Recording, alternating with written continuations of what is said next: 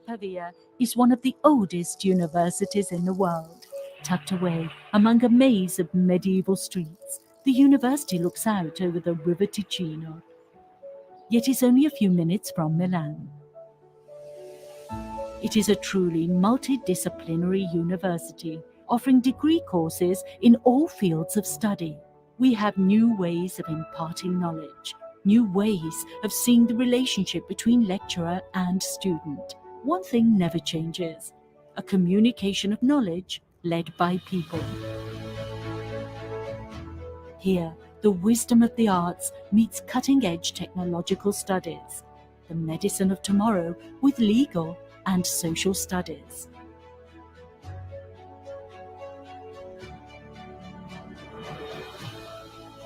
Students can benefit too from a system of student residencies unique in Italy. There is no teaching without research. This is evident in every lecture hall in the university.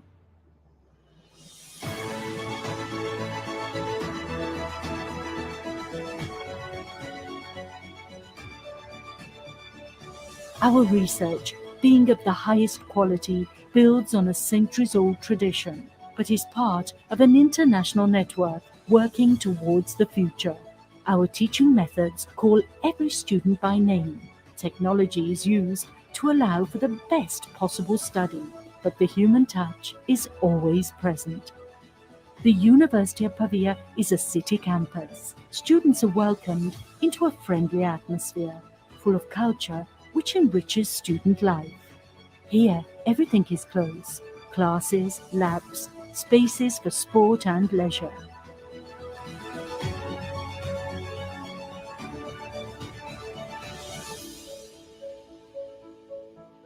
Graduates of the university find work quickly and easily.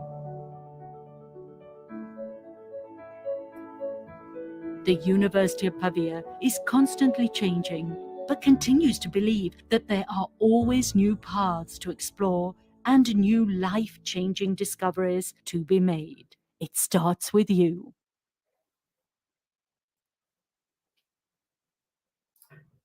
Welcome everybody, and welcome to this webinar that you just saw a nice introduction of the University of Pavia.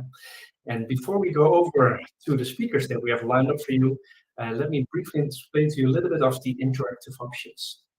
My name is Luc Mulling, I'm the moderator of today. And first of all, I already saw people saying where they are from, so that's great to see. Besides saying hello, maybe let us know where you're logging in from. That's just great to see a little bit of the diversity of the countries that are joining today. So thanks for that. And more importantly, though, you can write your questions if you have them at any time through the panel called questions. So you see that at the bottom right, and we will be answering questions at the end. Of course, also especially focus on maybe questions to the students, things that you would like to know from them, because they are here as well joining in, and you will hear from them in a bit. What else do we have? Well, we have pollings. So I just opened up already a poll question where we like to hear a bit about your background. So just to get to know you a little bit better as well. And last but not least, have a little fun button at the bottom of the screen. You actually see a button called React. If you click on that, you can let us know if you hear something that, for example, you like or anything about that. So you see some of the emoticons that you can react. Exactly, I already saw that coming in. So great to see. And now, without further ado, let's go over to the speakers of the University of Pavia, and let's start off with the introductions of Professor Piero Malcovati and Virginie Gaiati, but they will introduce themselves. Thank you. So, good afternoon, everyone. I'm Piero Malcovati, and I'm coordinator of the PhD program in micro nano-electronics that I will be presenting today. I will just give an introduction of the PhD program. Then we will have two students, Alessandro here and Joanna over there, who will try to give you their impression and their experience on the PhD school. And finally, there's Virginie here, who will be able to answer to your technical, let's say, more administrative questions. Maybe Virginie, you can introduce yourself. Hi everyone, my name is Virginie. I work at the PhD office of the University of Pavia, and I'm here to share with you some information on the administrative side of a PhD program. Okay, so maybe we can, just go to the slides that I will use to introduce the national PhD program in micro and nano-electronics. It is a PhD program focused on micro and nano-electronics, as the name says, which is not only at University of Pavia. University of Pavia is the coordinating university and the university where we have the more students, but other 18 Italian universities are involved in the program. You can see the list over here that are spread more or less uniformly over the whole Italian territory. The fact that it's a national PhD program and not just a PhD program for one single university allows to have a lot of interaction between many groups, many professors and students from different universities can get in touch. There are events dedicated to the PhD program that are carried out where students can meet and know each other and exchange experiences. So it is something more than a traditional PhD program, which is just located in one single university. And moreover, the PhD program is called industrial because it has a strong support and interaction with companies working in the micro and nano-electronics field. So you can see here the companies that at the moment are sponsoring or co-sponsoring or anyway supporting the research activity carried out within the PhD program. And you can see the names of the most important companies working in semiconductors today. So there are some Italian companies, there are international companies, multinational companies, and there's a great variety. Most of the research activities carried out within the PhD program are done in cooperation with the company. So we are not doing just things that have no application, but we are doing things that are driven by what the company needs. And that's also very important because the students can get, let's say, a direct path to employment afterwards. All of our students are employed typically already a few months before the end of their PhD nowadays. So it's pretty good from this point of view.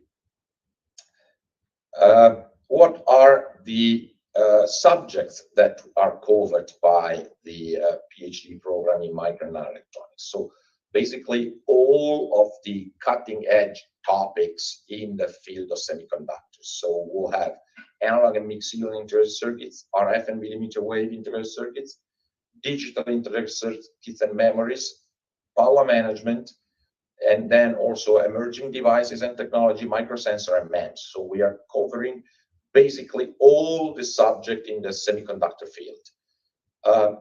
And that's where the research activity of the PhD students will be focused in any of these subjects.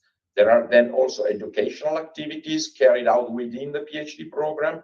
There are dedicated courses for PhD students, typically 1 or 2 courses over the 3 years per student that allow to go in deep in some of the subjects of the school.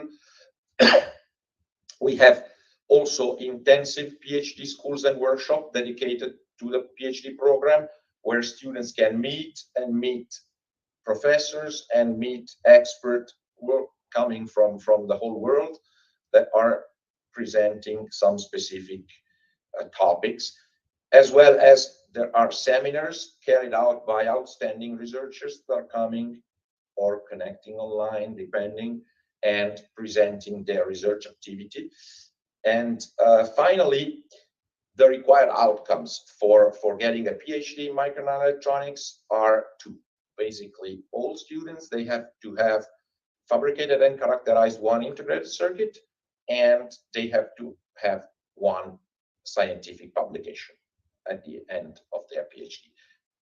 The first point is very important because it tells you that you will be always allowed to fabricate and characterize what you do during your PhD.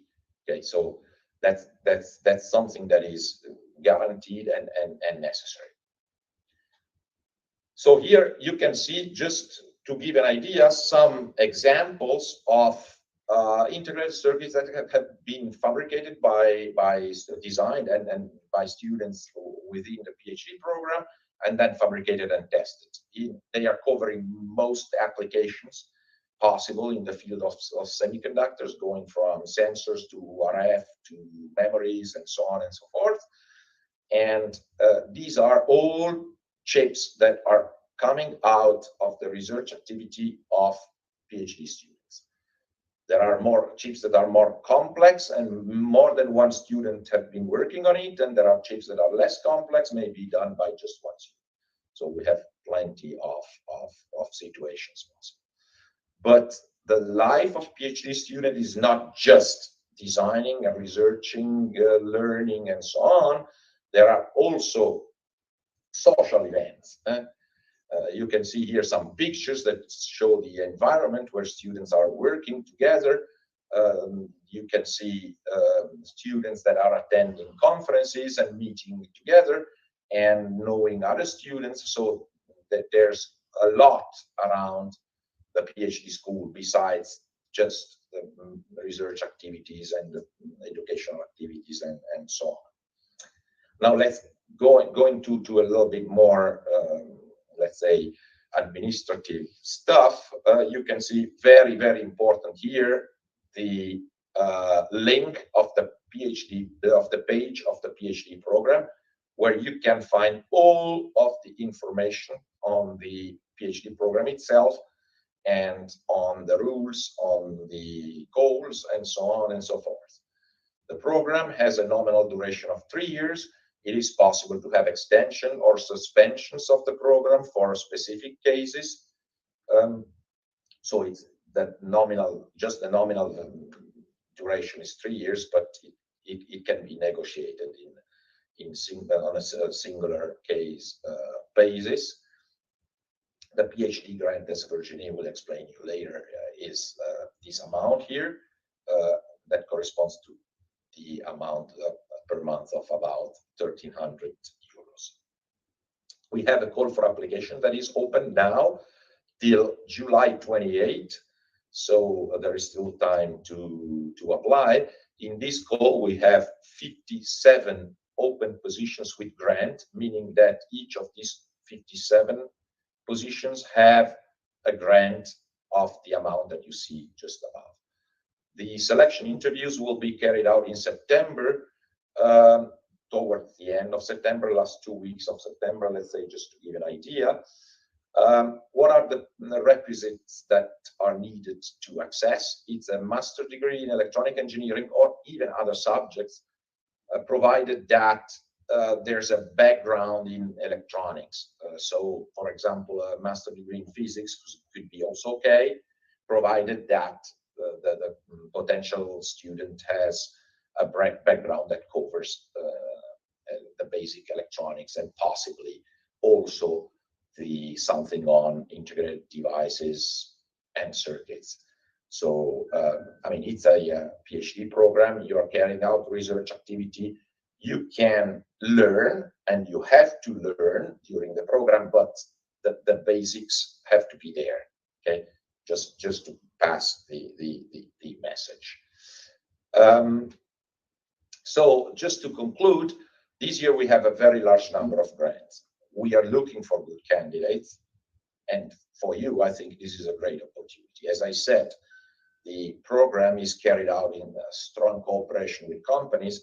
So besides the fact that nowadays electronics engineering and electronic engineers, and especially integrated circuit designers, are searched everywhere in the world, having your research program in cooperation with a company gives typically a privileged path towards the world of finding a job. Okay, so if you need more information, please do not hesitate to contact me or to contact Virginie for administrative questions. Okay, so thank you. And now I would like to introduce you to two of our students. We have Alessandro here on my right, and we have Joanna on the left. They are both students from the PhD program. Alessandro is coming from Italy, not from Pavia, from southern Italy, so he also had to move to come to Pavia for his PhD, whereas Joanna is coming from Greece. So I would start with Alessandro, asking him what he's doing during his PhD and what are the expertise and experience that he did. Well, good afternoon, everyone. I'm Alessandro Iotta, a PhD student from the University of Pavia. And as Professor Marcovati said, in the University of Pavia, you have the opportunity to collaborate with companies which assign you a project which must be carried out in 3 years typically. My project is called Etna, in honor of my home region, and is a wireless power and data transfer system in collaboration with analog devices.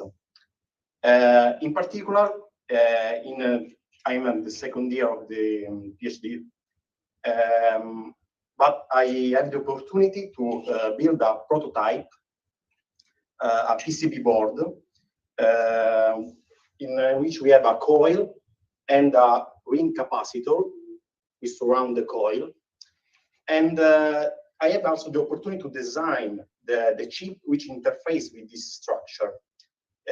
Not entering in details, the idea is to transfer power between the two coils, the magnetic field generated by the two coils, and to transmit data with the electrical field generated by the two plates.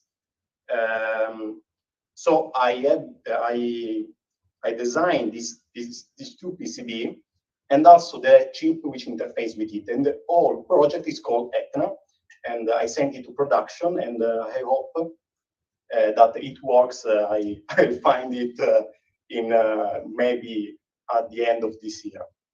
Okay, so, and can you maybe just give us an idea of how it is, the life within the PhD program, on interactions with other students and conferences and this kind of activities, let's say? Yes, with the PhD in the University of Pavia, you have the opportunity to see the whole production step of an integrated circuit. We start with the state-of-the-art analysis, then design on chip design on cadence, then design of the PCB, measurement, praying a lot, and then, which is maybe one of the most important aspects, you can write papers, articles about your works, and then you can send it to conferences. And if you work well, and this paper can be accepted, and you can travel a lot. You can go to conferences to talk about your project. You can meet people from other countries, your colleagues, your PhD colleagues all around the world. And but I have also the opportunity to meet amazing people here in Pavia. In my lab, we are a big family. In fact, everyone works at different projects, but we help and support each other like a family. And we also love playing darts during lunchtime. So it's not only about working, it's about creating a group, a family to work well, of course. So okay. I'm satisfied.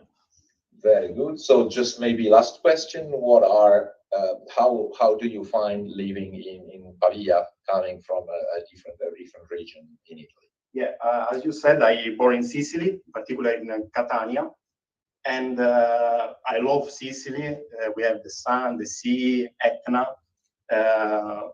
cannoli, arancini, all the good stuff.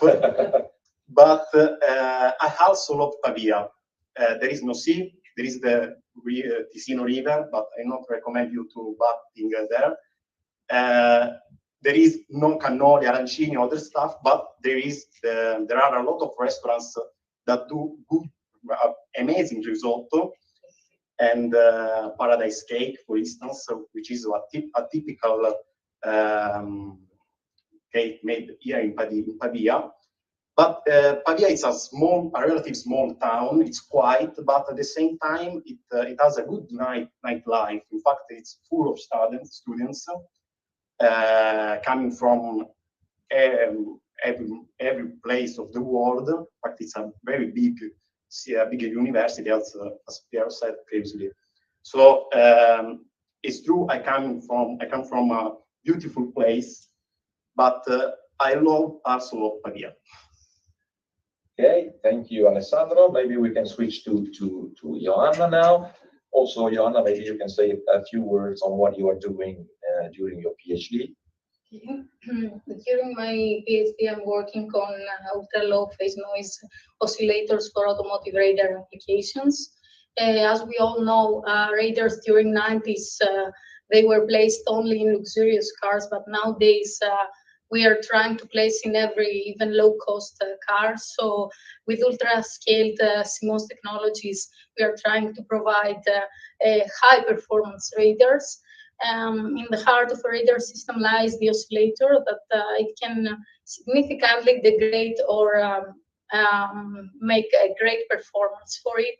So as you can understand, it's really critical and very important to provide an ultra-low power consumption and good performance overall oscillator. I won't go into technical details because most of you are not familiar with the topic, but we are working on the edge. We are trying to resolve tomorrow's problems.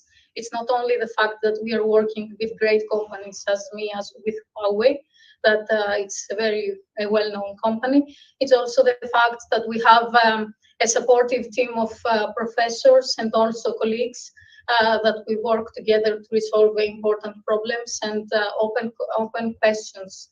For example, during my PhD, I worked on the problem of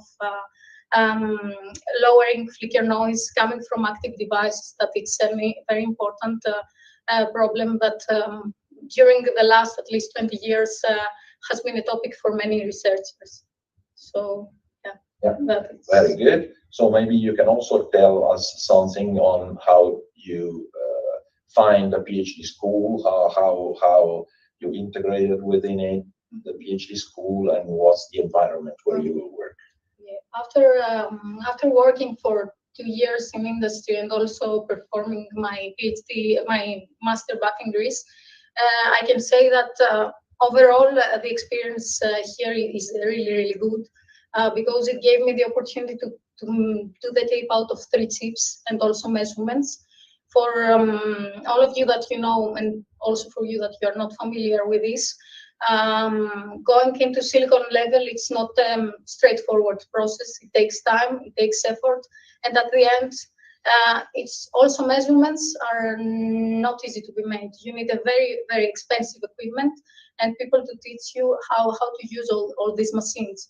So overall, the experience was really good, and also I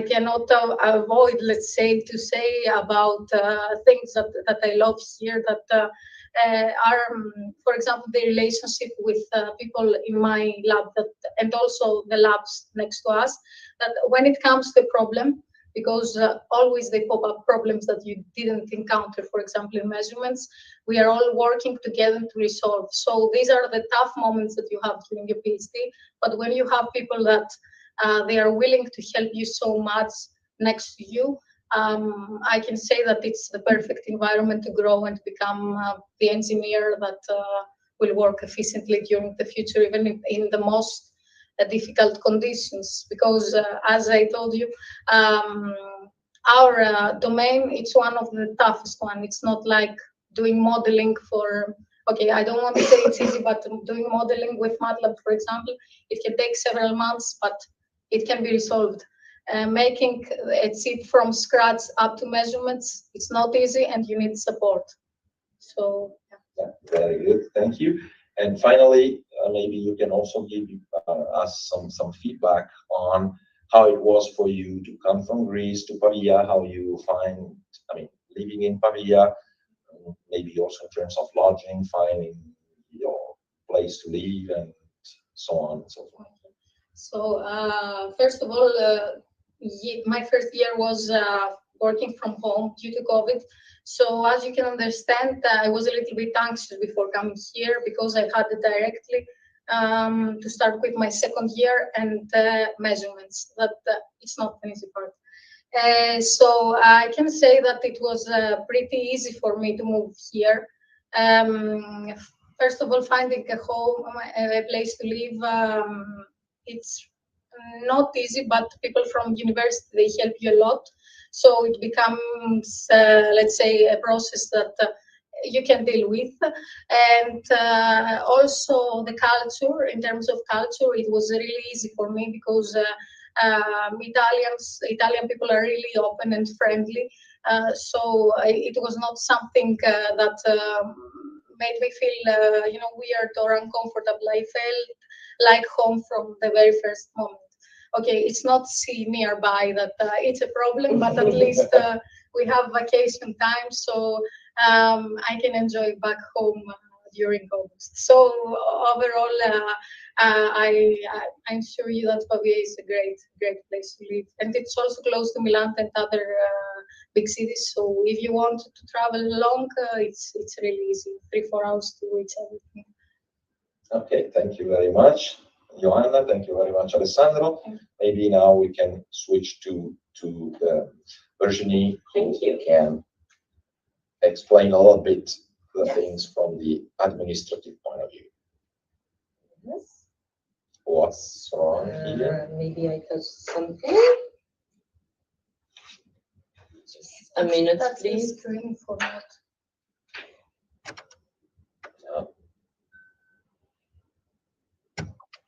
Okay, sorry.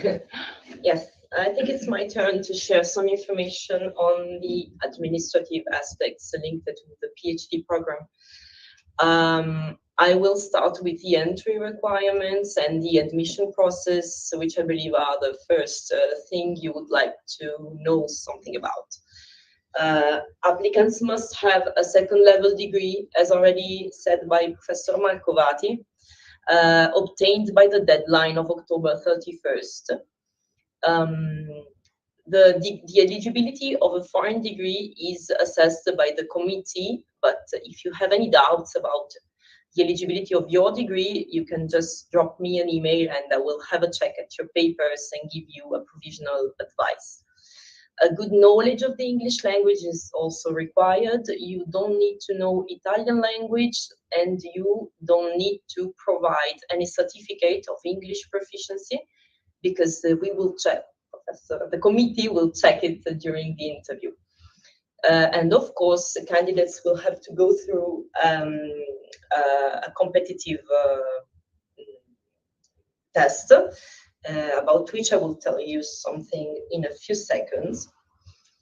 Okay, in Italy, PhD students are admitted based on a public competition.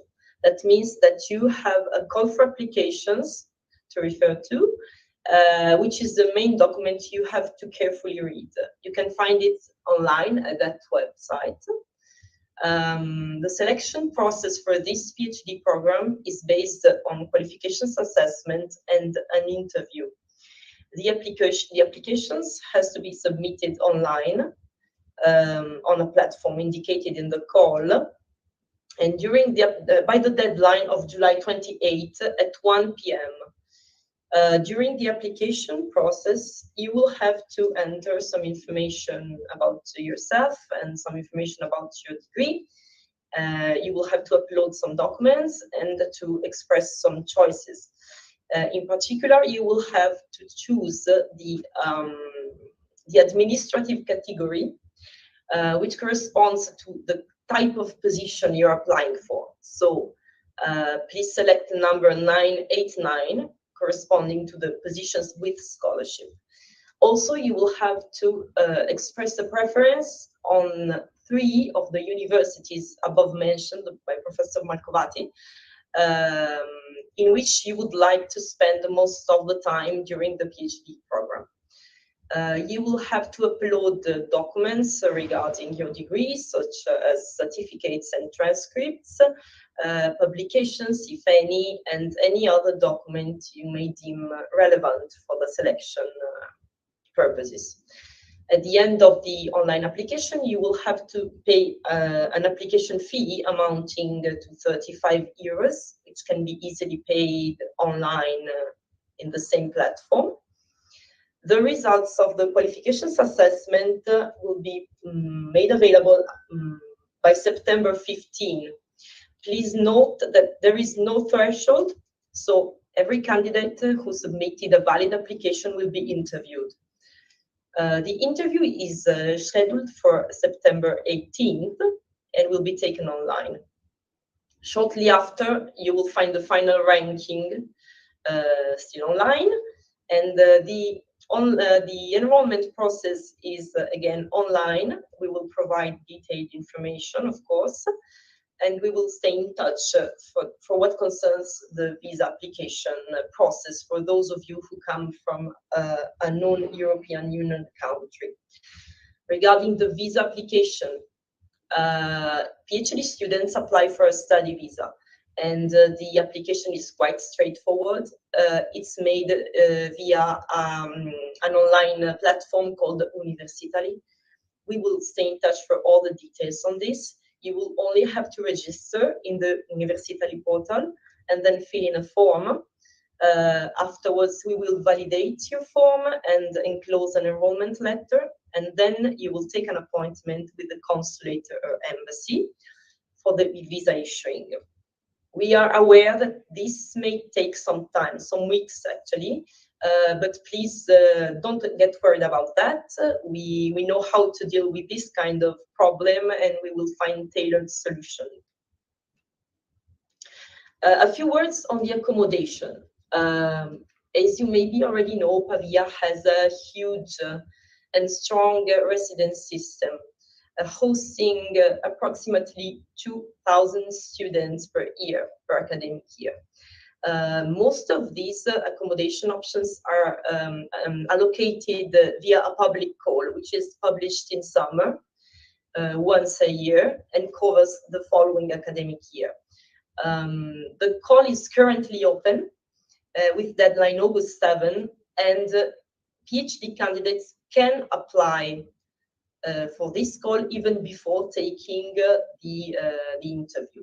So we strongly recommend that those of you who come from outside Pavia apply for this call now by the deadline of August 7. The rent is very convenient for a student.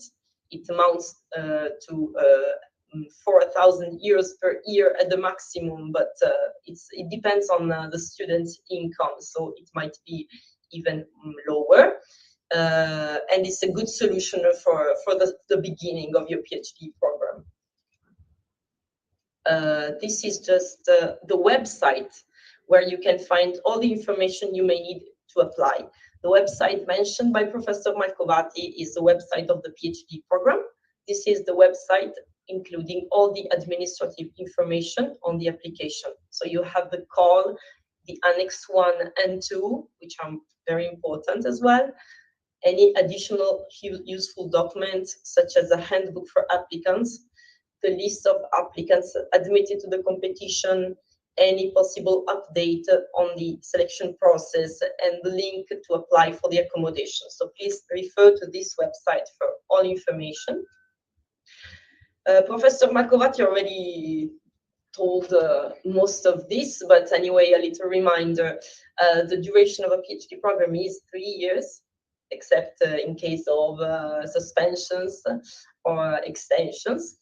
The enrollment fees are extremely low. They amount to 156 euros per year for 3 years. The amount of the scholarship is about 1,250 euros per month after tax for 36 months in total. I'd like to add that for each PhD student, a budget for research activity is allocated from the first year of about 3,250 euros per year. UniPV students can use many facilities, and I'd just like to go through the main ones. The canteen, where you can buy a whole meal for a very convenient price. The bus card, thank you, allowing you to use the city buses for only 25 euros per year. And the sport campus and the language center, both granting very huge discounts for students. Pavia, I don't know if any of you know the city. It's a small city, 25 kilometers from Milan in North Italy. That is a 30 minutes ride by train or by car. It's a well-known city in Italy and abroad for its very old university, one of the oldest in Italy, but also in Europe, and its historical center, as well as its surroundings, in particular the Oltrepò region, which is a hilly area around Pavia where very good wine is produced. You will also be close to the seaside and the lakes. So if you want to go on a weekend trip, you have plenty of amazing options to choose among. In the end, why choose Pavia? First, for the excellence of its university, because it's a lively and safe city, matching the advantages of a big city like Milan with the quality of life and the lower prices of a smaller city, because of its unique university residence system, and last but not least, because it's a student-sized city with plenty of social and cultural events. Thank you very much for joining us today. Please feel free to contact me for any possible questions you may have, and we are looking forward to meeting many of you as soon as possible in Pavia.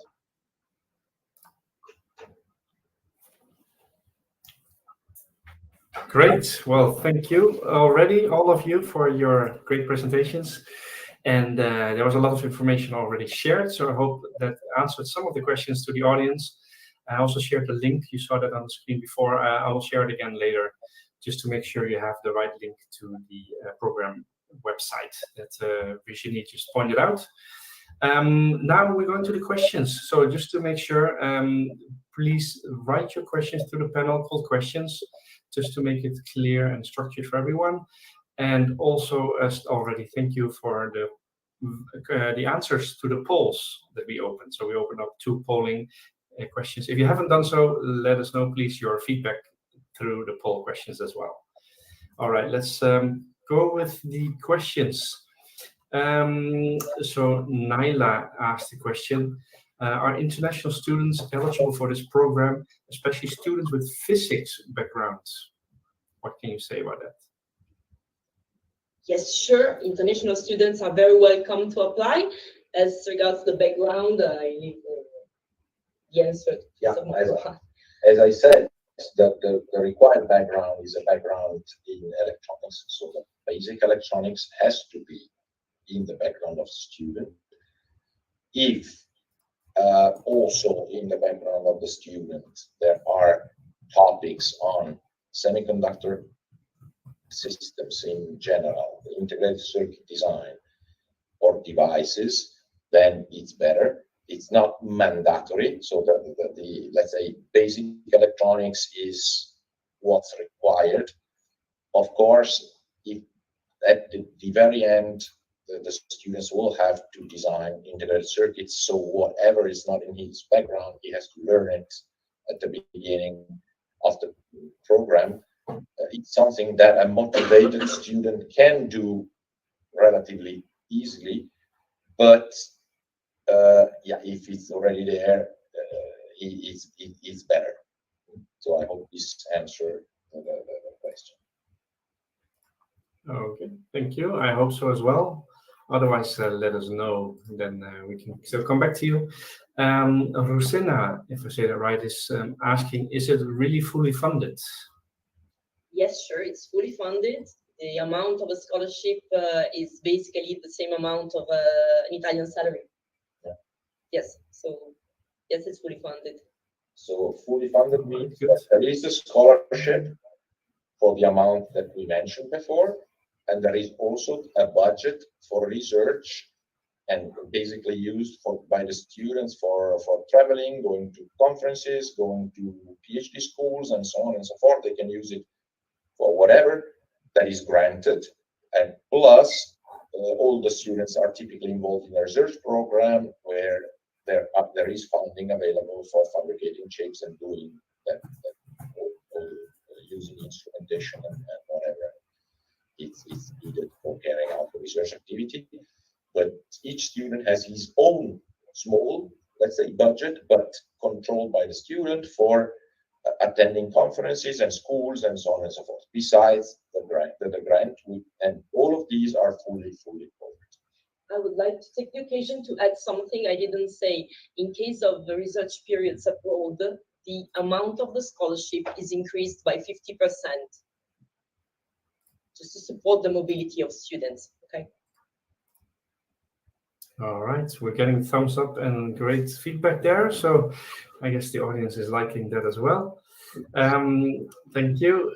Next question we received is from Heva. Heva published a preprint about newly invented nanogenerators, and I'm gladly ready to cooperate. Well, I guess there's no question here actually, but great to hear, Heva. So I guess, yeah, we look forward to your application. Let's see, question, yeah, Mekanent, I answered that one with a link. Asim has a question. He has a master background in physics and worked in ongoing projects. Could I apply for this position? Because it was mentioned that you really needed a background in electronics, just to clarify. Yeah, just to clarify, a background in physics is okay, in the sense that we have several PhD students that came from a master in physics. Of course, during their bachelor or master in physics, they had to have some basic electronic courses. So they have to have the basic electronic background that we ask for, or they have to get it afterwards. Anyway, they have to have it. Okay. So that we have a certain number, not negligible, of students that are coming from a physics background. But of course, they have to have something on the electronic side in their expertise. Okay, thank you. Next question from Naila. Is a research project necessary to apply for this PhD? No, a project is not necessary. It's not required to present a project. The interview will deal with the background of the student. So we will ask during the interviews at the beginning what's the background of the student, so what the student has done during master, basically, or even after the master if he did something else. So the whole background of the student, and then typically we have some technical questions aimed to assess if the electronics background that we mentioned is there or not. It's not required to present a research project, and the reason is that since most of these positions are in cooperation with company or anyway within research projects, European, national, or whatever research projects or company research projects, the topic is there. The research project is already there. So you can, with the preferences that you can express during the application, say, I'm interested in this, this, and that. And of course, we will try to match your request. These are preferences, are not can be changed. Okay, they are not just something that has to be like that. During the interview, you can just say, maybe I'm also interested in these other things. Okay, and we always try to find a good balance between what the students want to do and what's available. Okay, so but you don't have to have a research project to present. Okay, thank you. Question from Abdallah. I have a master's in material science and metallurgy. Am I eligible for this program? Again, in principle, we are not against it. I mean, but you have to know the electronics at a minimum reasonable level.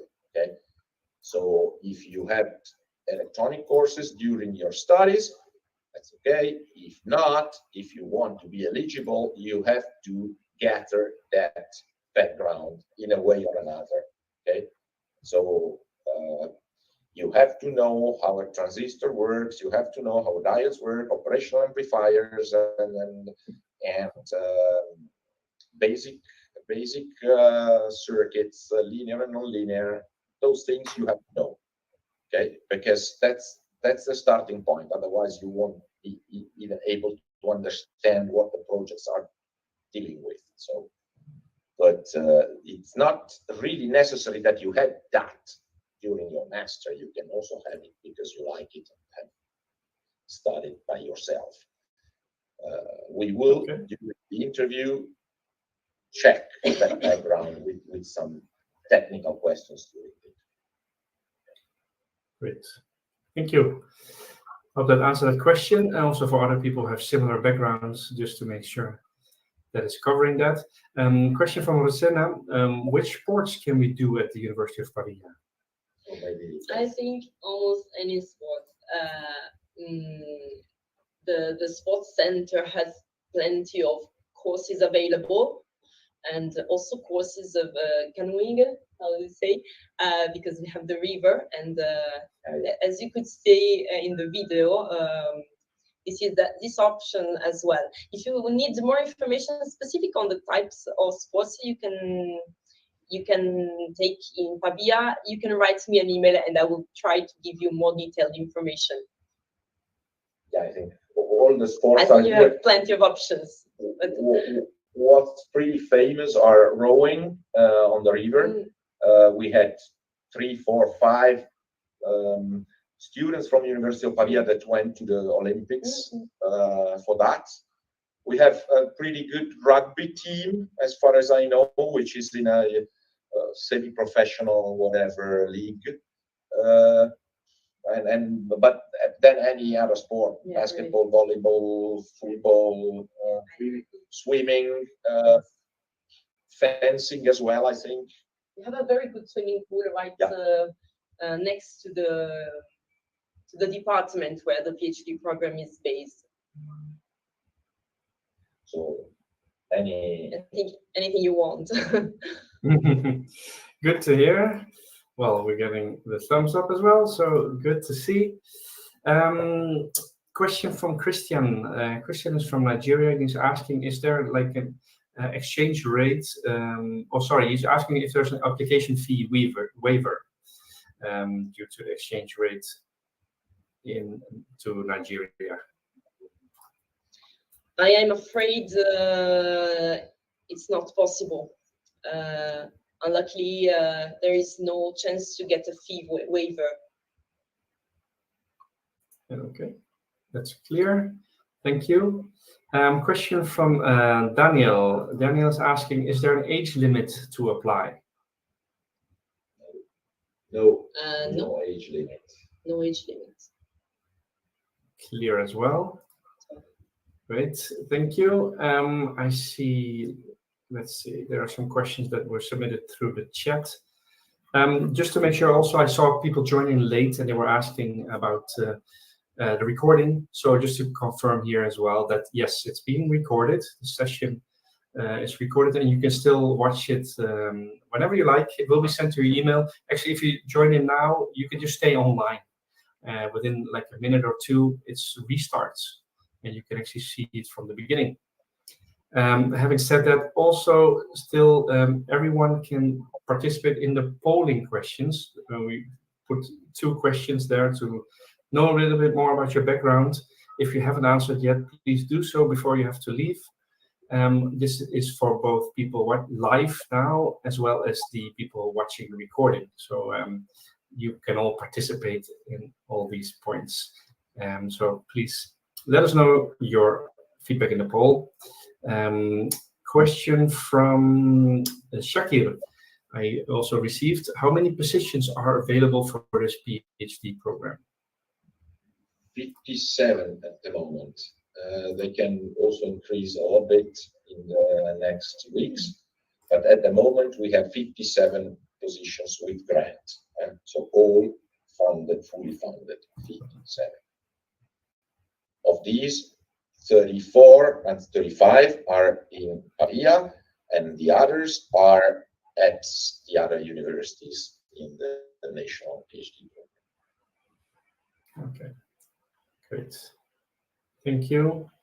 I think those were the questions we received.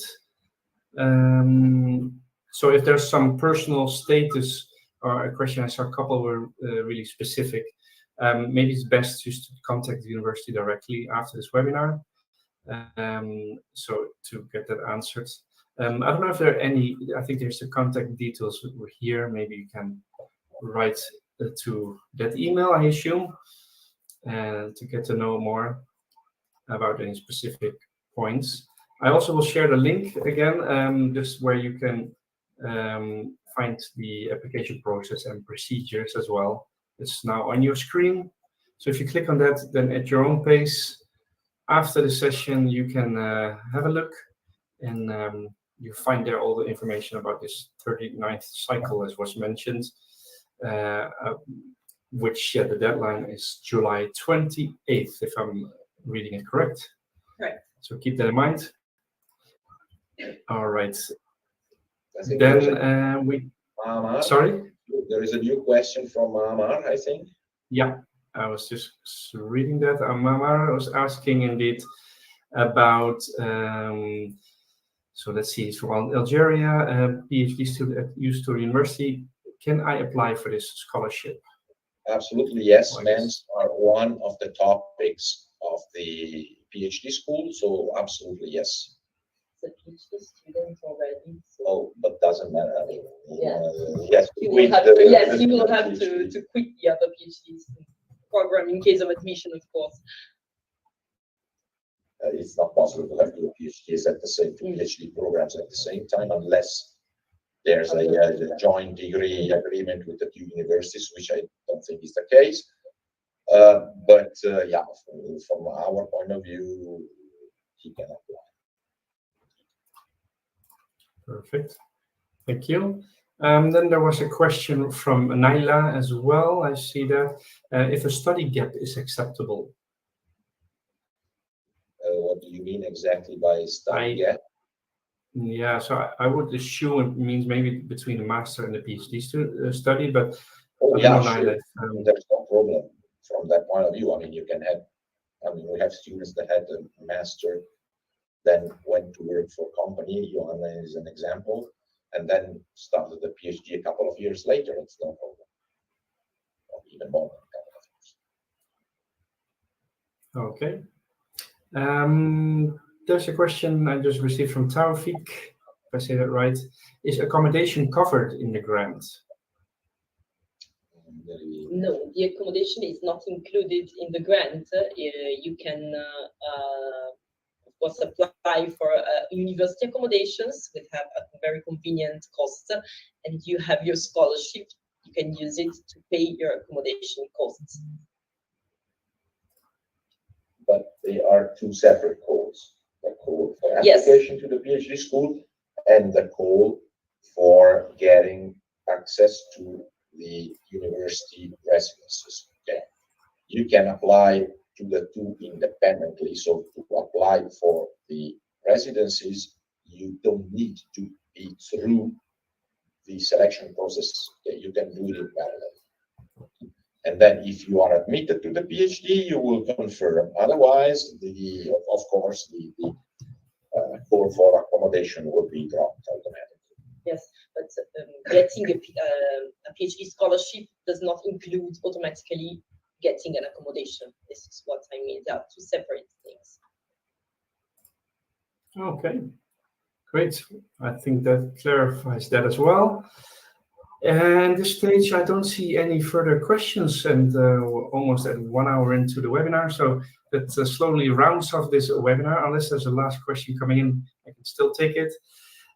Just to emphasize for the people that are watching recording, you can still write questions actually as well. So they will be sent through to the staff of the University of Pavia. And so you can also participate in the poll. I will open up the last polling question in a second. Daniel is just dropping a question about someone, a biotechnologist who have no background in electronics. Do they have possibility to have extra courses as fresh students? So the point is that a basic electronics background is required. Okay, then of course, for students that have no advanced electronics background, they can have or they must have courses at the beginning to acquire that knowledge as well. But the very basic electronics is required because otherwise, for students that has no background at all in electronics, it would even be impossible to discuss about the research project. Okay, and understand what we are talking about.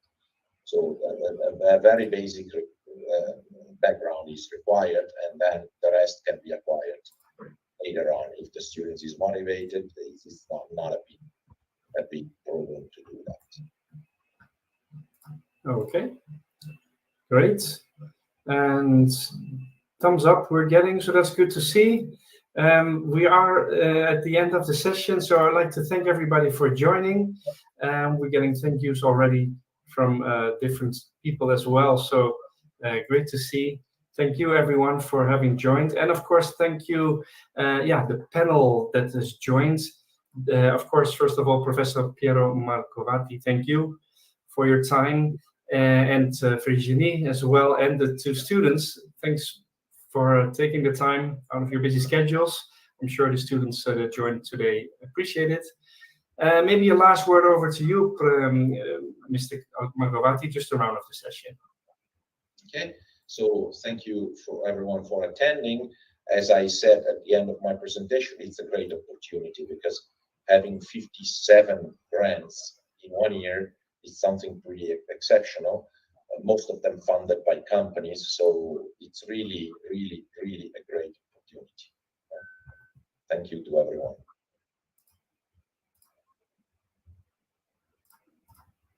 Thank you, everyone.